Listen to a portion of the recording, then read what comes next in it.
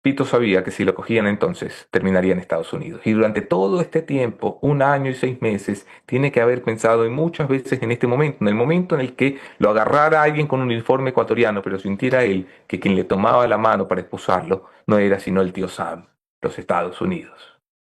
Entonces uno tiene preguntas y la primera, la evidente, la común, la que compartimos tú y yo es ¿qué contará? ¿A quién expondrá? Contará, por ejemplo, quienes le ayudaron a llegar al despacho más alto de la Fiscalía General y le ofrecieron protección para su familia.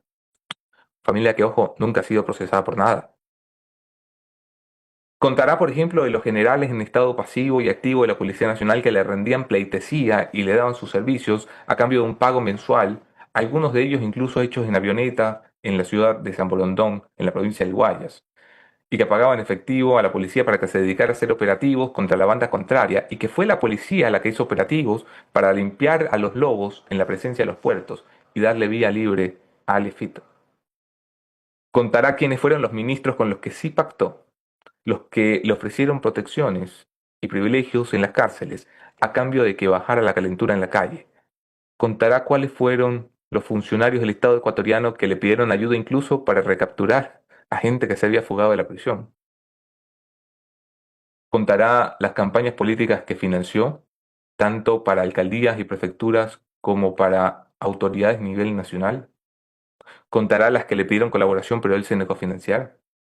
Contará, por ejemplo, quién le abrió durante el gobierno de la presidencia de Guillermo Lasso las puertas del dinero público para que sus empresas, en las que lavaban por lo menos 7 millones de dólares, hicieran negocios directamente con el Estado y se convirtieran en proveedores del Estado ecuatoriano. Contará cuál fue el funcionario de ese gobierno que lo hizo. Contará quiénes le ayudaron a fugarse en 2024 en una fuga que humilló al Estado ecuatoriano y que la hoy ex fiscal general Diana Salazar se negó a investigar. Contará sobre los militares que le hacen custodia a la droga que entra por la frontera norte y a los que le hacen saludo a la bandera, a las armas que entran por la frontera sur. Contará a las autoridades en funciones electas por el pueblo que le han ayudado, por ejemplo, en Guayas y en El Oro, a tomar el control de los puertos, de donde sale la mayor cantidad de droga de este país. Contará los pedidos que le hicieron los jueces y fiscales y a quienes les pagó y a quienes amenazó. Contará las facilidades que le dieron los principales bancos del Ecuador para mover, escucha esto, 30 millones de dólares en sus cuentas y las de su familia.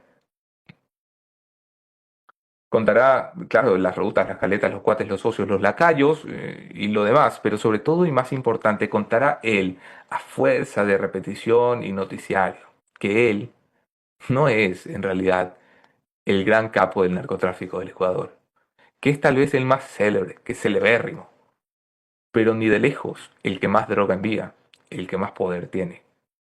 ¿Qué quiero decir con esto?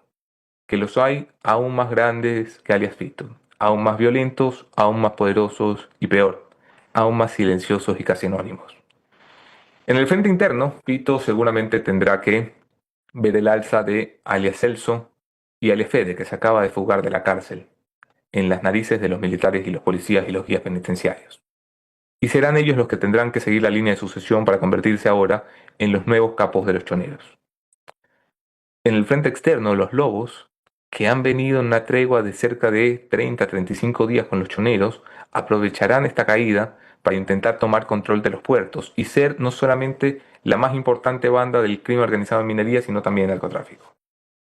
En el submundo del narco, que soy también el de los jueces, los fiscales, los militares, los policías y los funcionarios, que se han mantenido alrededor del dinero de la cocaína, perdón, muchos buscarán un nuevo patrón que les pague, tan pronto como hoy. Y en el poder, especialmente en el poder político, más de uno se pondrá a rezar que Fito no los nombre.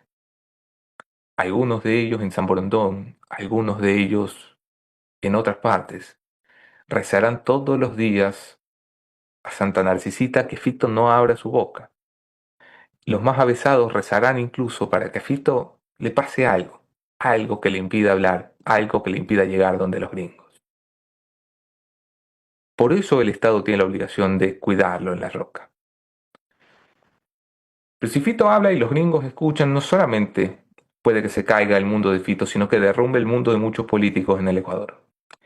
Y si calla, en cambio, si se va con su silencio a una celda gringa por el resto de su vida, si evita un pacto que le permita recuperar su libertad, entonces seguramente habrá tenido miedo. Porque allá los narcos no se fugan, ni estudian derecho a distancia, ni tienen jueces y fiscales de bolsillo, aunque sean generales. Allá los narcos viven el verdadero miedo del oficio.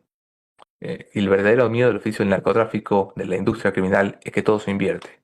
Miren, por lo general el miedo de las personas normales, como tú y como yo, es que nos maten. Pero el miedo de los narcos es que les pase lo que le ha pasado a Fito, que queden con vida, y que su dilema sea si hablar o callar.